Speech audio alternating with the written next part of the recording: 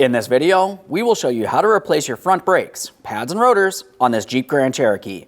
These will be located behind your front wheels. Let's get into it. Okay friend, let's get started on our job. The first thing we need to do is safely raise and support the front of the vehicle so the wheel's off the ground. Once you've completed that, remove all 5 of your 22mm lug nuts and then the wheel.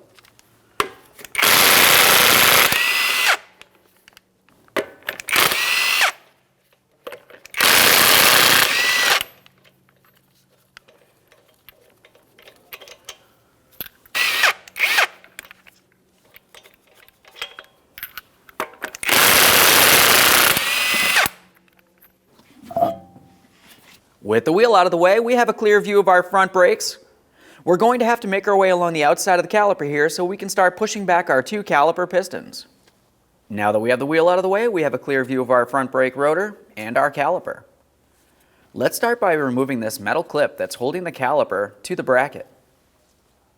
To remove this, you can use a small prying device and even some pliers, but be extremely careful because it is under spring pressure. I'm just going to hold the clip with some pliers here so I can control it. I'll be using my pry bar, gently prying in between this area. You should be able to twist it and slide it out of place.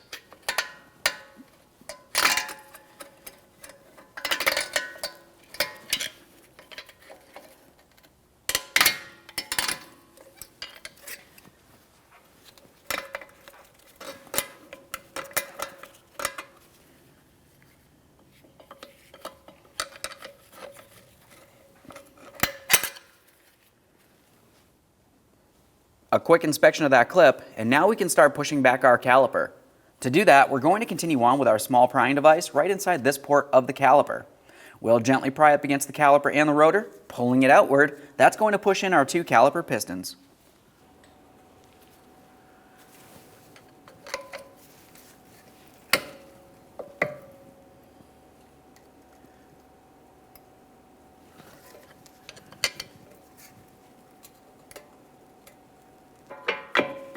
Now once you do have movement from here, we're going to dislodge the ABS wire from our brake flex hose, and then we'll be paying attention along the back of the caliper.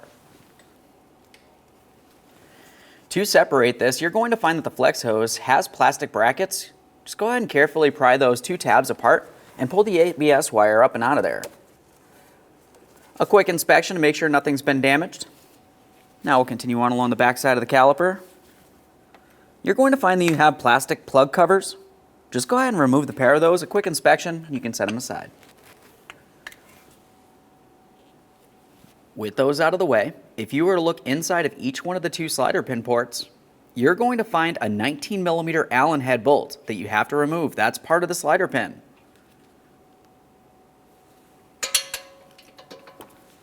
Get that on there.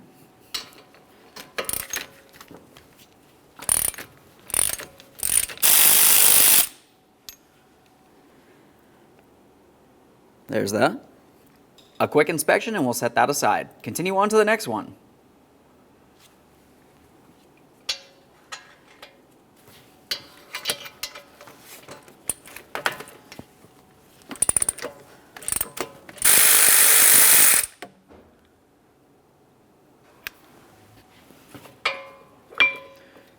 Now we can take hold of the caliper. We're going to turn it over. We can remove the inside brake pad so we can inspect each one of the 2 caliper pistons. Just go ahead and take hold of that. We'll slide it right out of place. A quick inspection, we'll set that aside. Now we're paying attention to those 2 caliper boots here with those pistons. If you see any fluid, that means you have a seal leak internally on the caliper and you have to replace it. This one looks fine. We'll just make sure that the pistons are fully pushed back, and then we'll hang this aside, putting no pressure on our flex hose.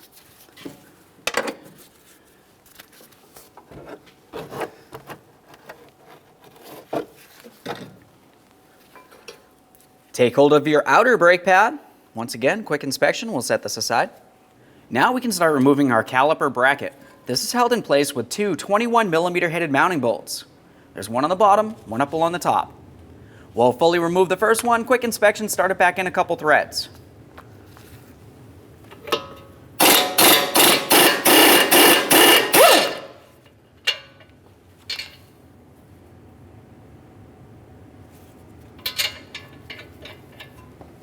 Let's get the next mounting bolt out of there, and then we can remove this bracket.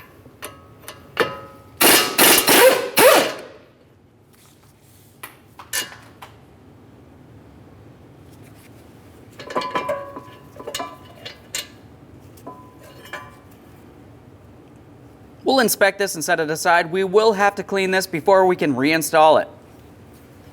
Continuing from here, it's time to remove the rotor.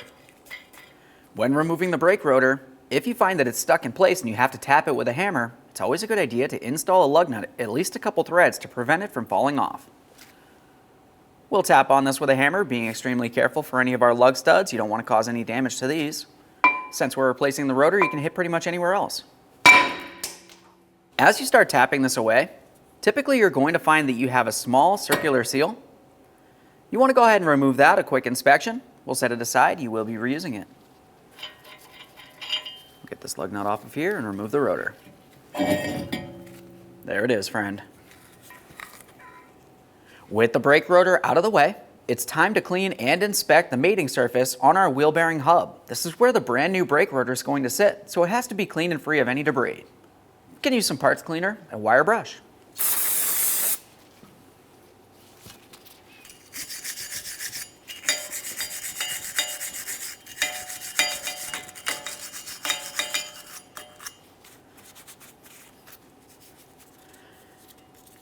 We'll thoroughly inspect this, make sure there's no raised areas, continue on with some anti-seize on the mating surface.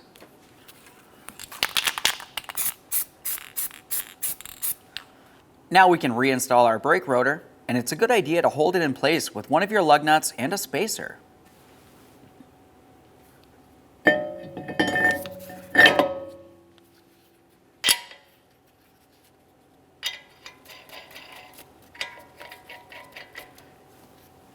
Now it's time to talk about our caliper bracket. We need to clean both sides of this. The areas that you need to clean is along this groove here and along each of these flat edges.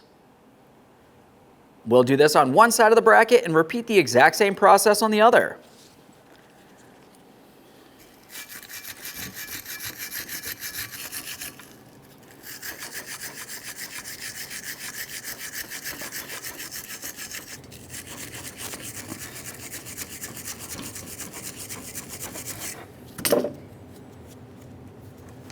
Let's get this over to the vehicle.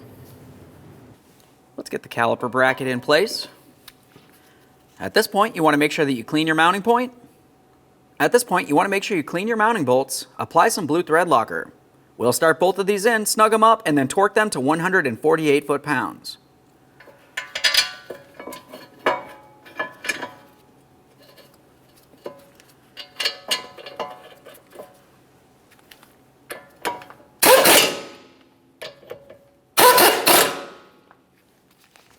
They're snug. Now we'll torque these to that 148 foot-pounds.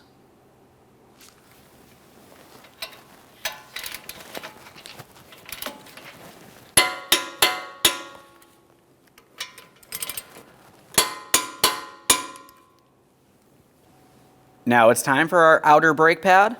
When installing these, you're going to find in your kit, the outer brake pads have wear indicators on them.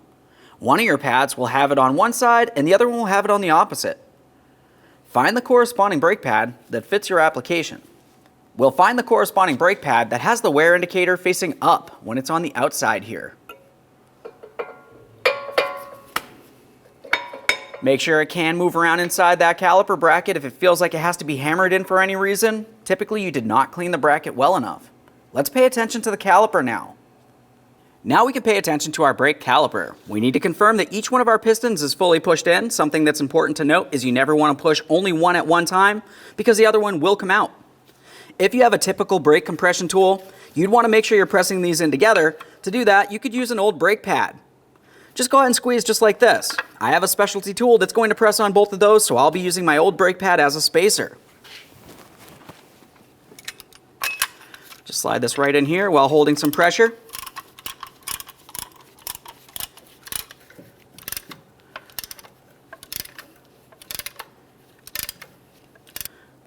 One last confirmation on those pistons. The next thing we'll do while we're holding onto the caliper is lubricate the metal aspect of each one of the two caliper pistons and the backside of each of these three ears. The lubricant we'll be using is high temperature caliper lubricant. Just a little bit will do. This will help with vibration dampening and noise reduction overall.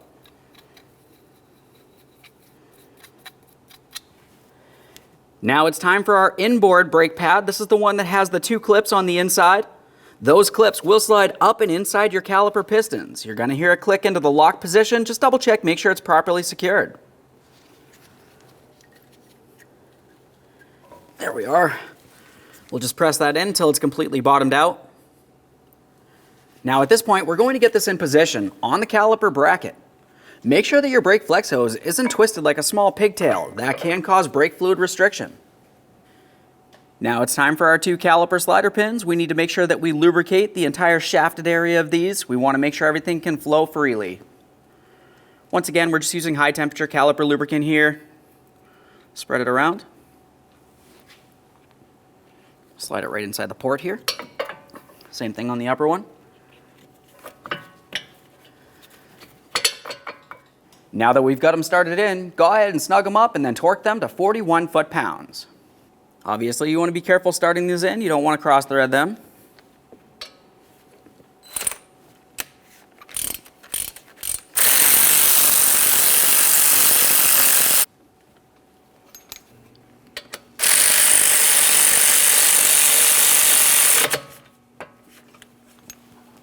They're snug. Let's torque them to 41 foot-pounds.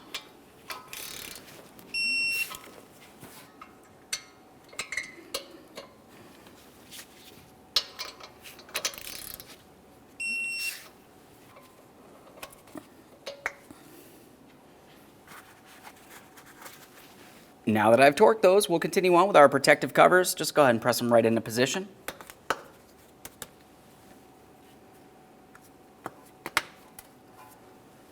Now it's time to resecure the ABS wire to our brake flex hose. Just press it right in between those 2 locking ears. Give it a tug to make sure it's secure. We don't want this getting caught on anything while we're driving down the road. If you need to use a wire tie, you can do so. Now let's have a look along the outside here. It's time to reinstall our metal clip. When installing this, once again, just be extremely careful. As it's going in, it's going to be under spring pressure and you don't want it to shoot out and potentially hit you in the face. Let's get this in position. Start pressing that ear in. Now we can start rolling this down underneath the other side here. Continuing on, we're going to have to apply pressure, driving it in. You can use some pliers or even a hammer, a couple light taps if necessary.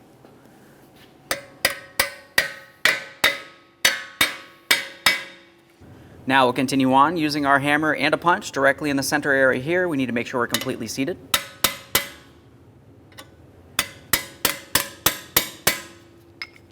Go ahead and take hold of that. Try to remove it from the vehicle.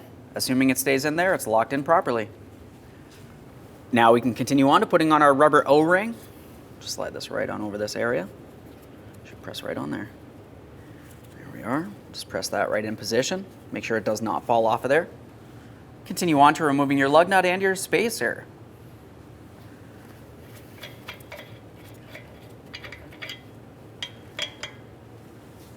One last quick inspection in this area, and we can reinstall our wheel.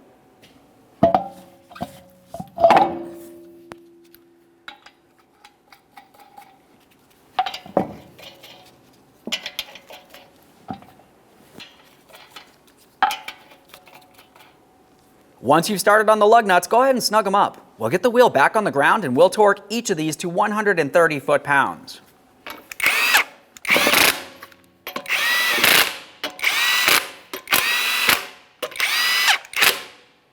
With the wheel safely on the ground, we'll be torquing these to 130 in a crisscross manner.